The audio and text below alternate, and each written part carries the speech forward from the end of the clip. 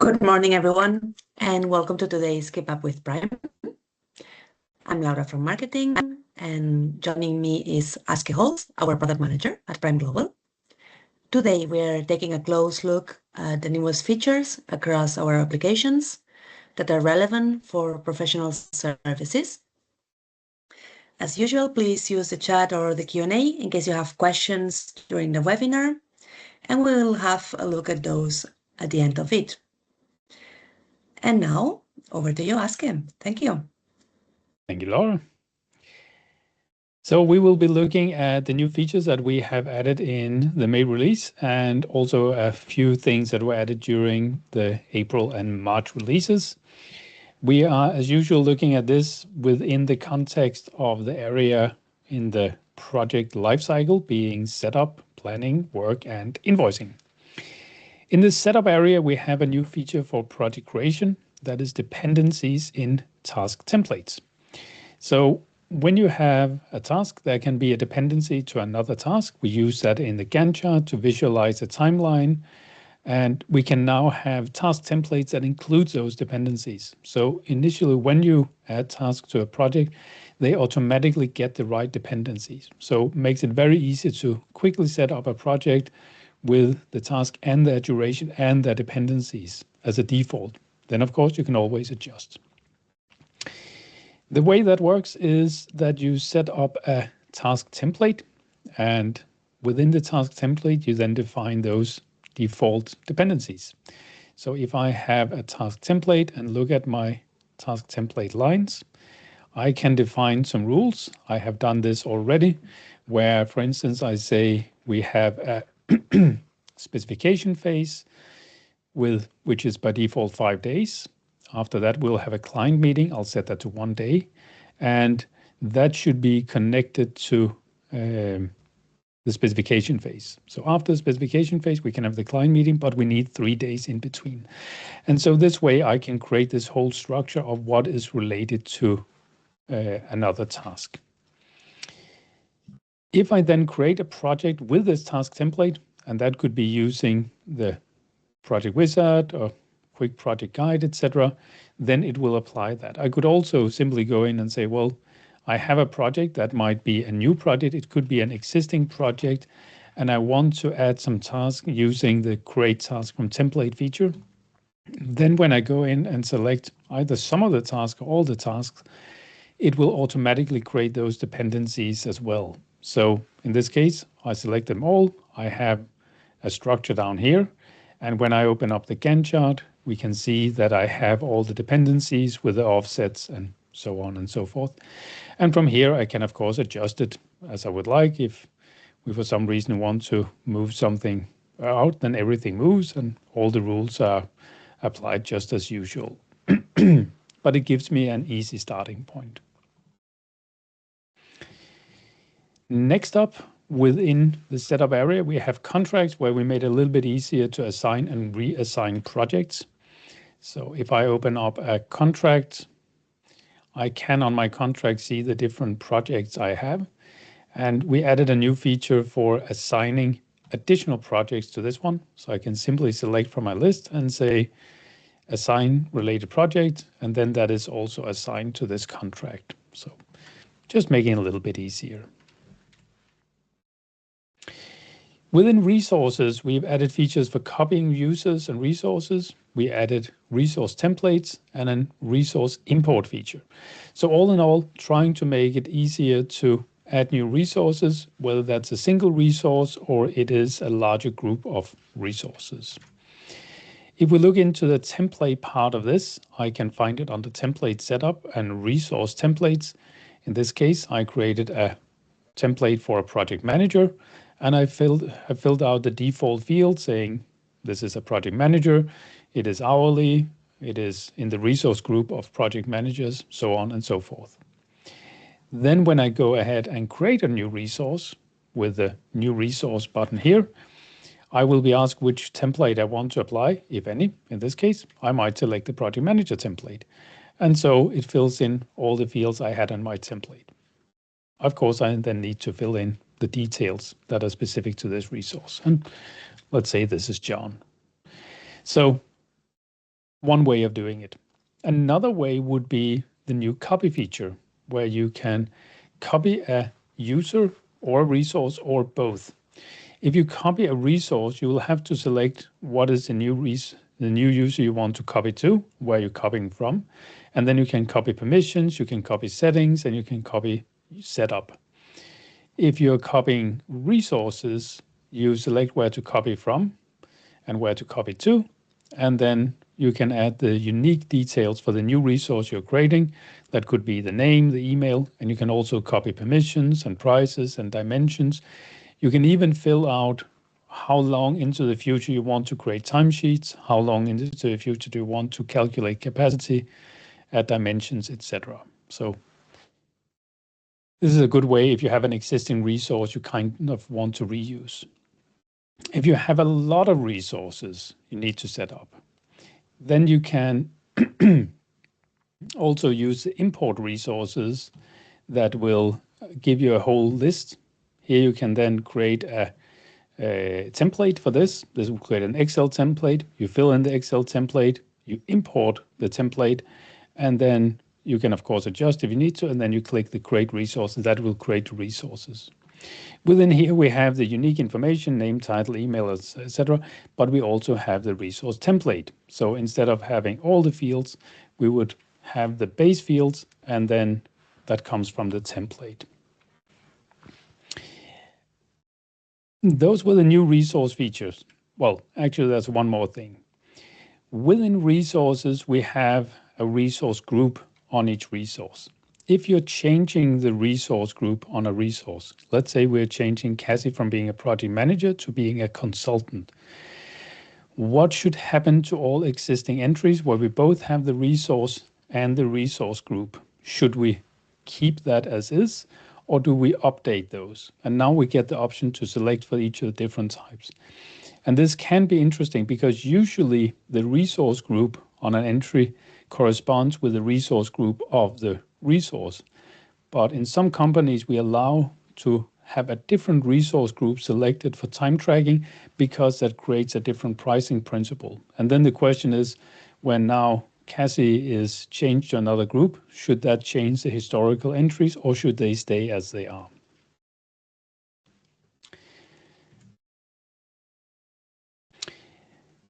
Then we move over to the area of planning. And within planning, we of course have project work. Project work allows you to create work items that you can work on. And we have added categories to make it a little bit easier to find out where your different work items are. If I look at one of my work items here, then I can see I now have a category code. I can select from a list of categories and select, well, this is a development activity, so I'll categorize it as such.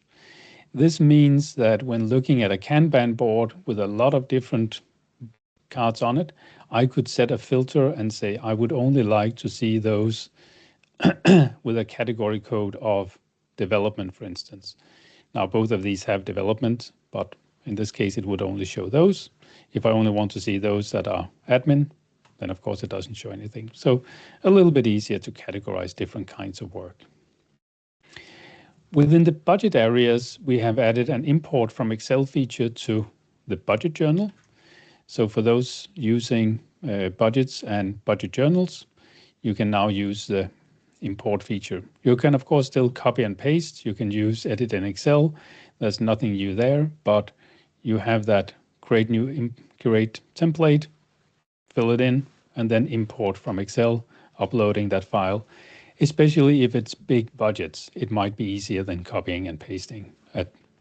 Potentially also a little bit more stable, as it is not so critical about the ordering of columns, etc.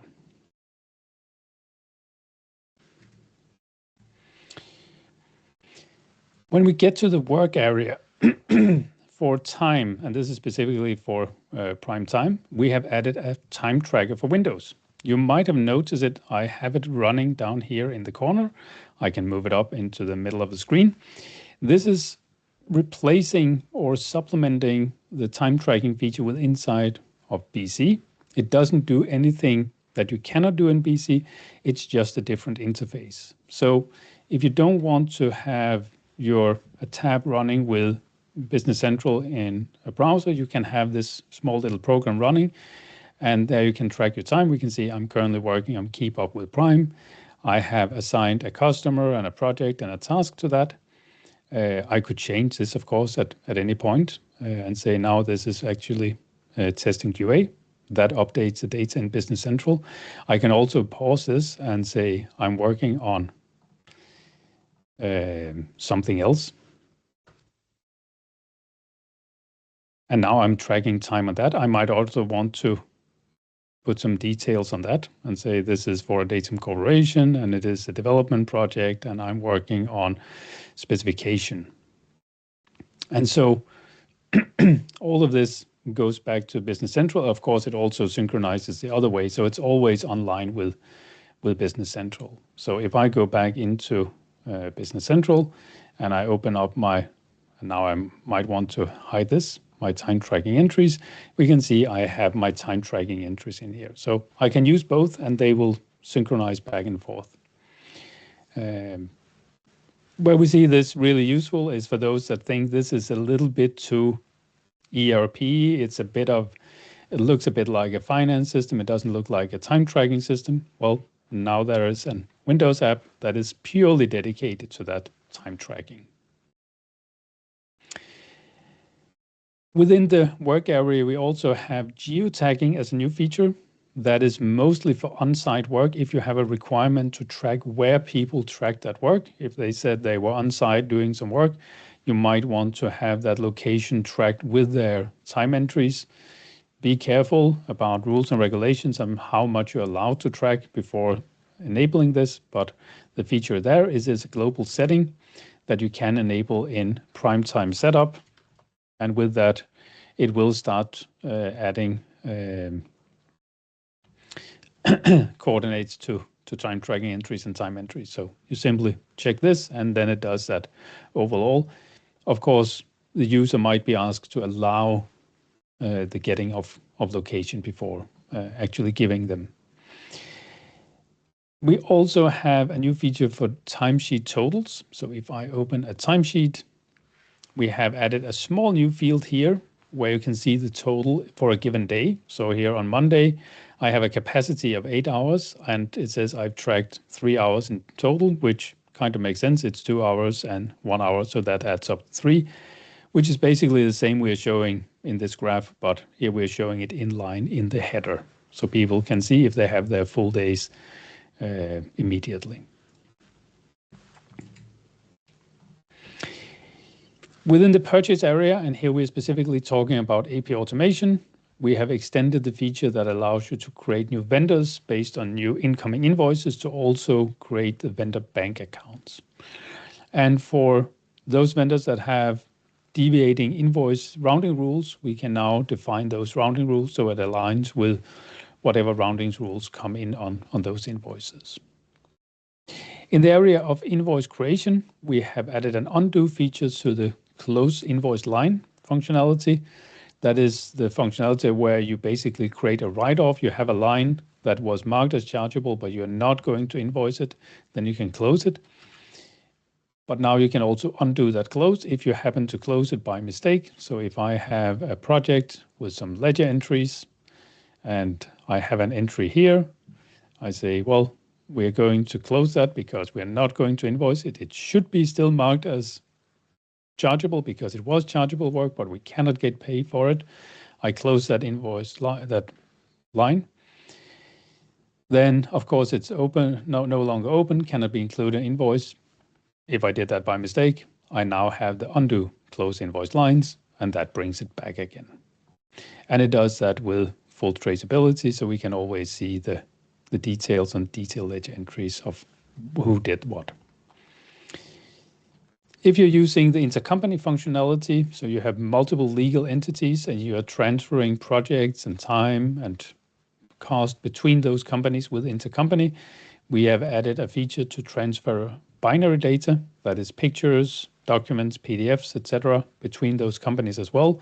We mostly use it for transferring document attachment to project ledger entries. So say you have an expense in one company, you want to transfer it to another company, and there is a receipt or invoice attached to that, then we can also transfer that over to the other company. Within the subcontracting area, and here we are talking specifically about the time and materials-based subcontracting, we have added approval workflows.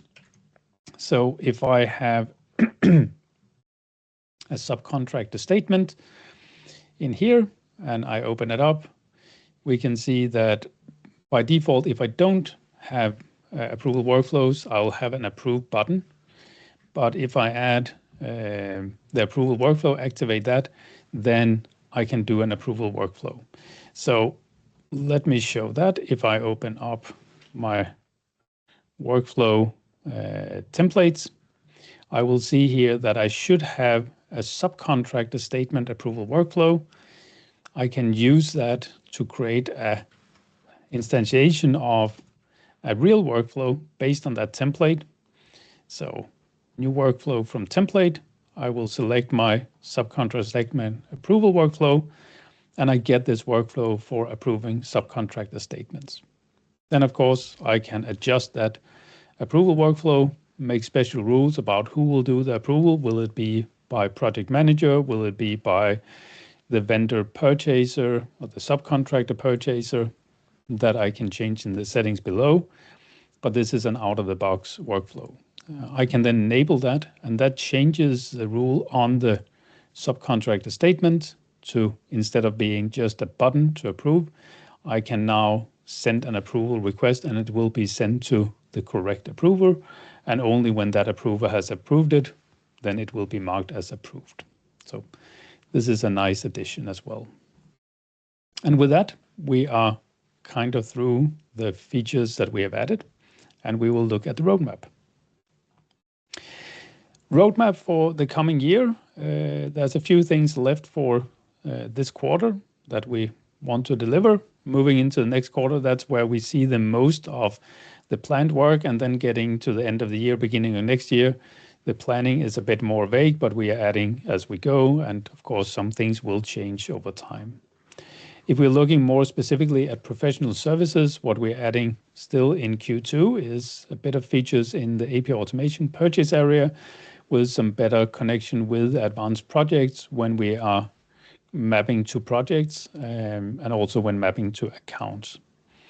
We're adding a new risk management app that will allow you to do risk management, have a risk register where you can track risks on projects or customers or vendors or assets, and classify those with an impact score and a likelihood score. You get a total score, you get a risk matrix, you get mitigation steps, you get that whole tracking where you can manage your risk.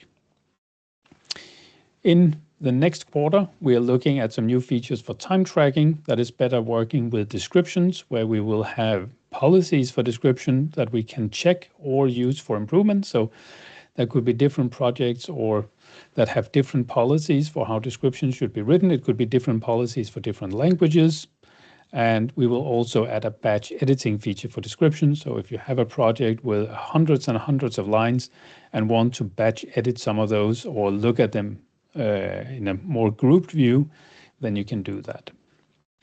Within work planning, we are adding required skills to work items. They will come from either the task or the kind of work. So it might even be a superset of multiple required skills on those work items, and it will only by default allow you to select resources that have those required skills. There will be an override possibility. We are also adding work sets, so they're predefined sets of work items that will apply to a project. That could be initial checklist, but it could also be the main pieces of work that goes into a project. Within subcontracting, we are looking at an extended approval workflow for line level approval, and also functionality to reject or hold entries within the subcontracting if they are not to be paid out. Within purchasing, we will do some align with the withholding taxes added in BC28, and we will align the PO matching with Business Central Standard. That is again for the AP automation part.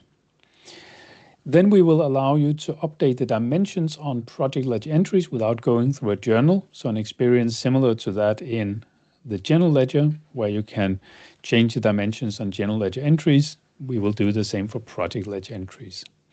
And we will keep evolving the risk management app with better features for risk assessments and also AI-based identification of risk with Copilot.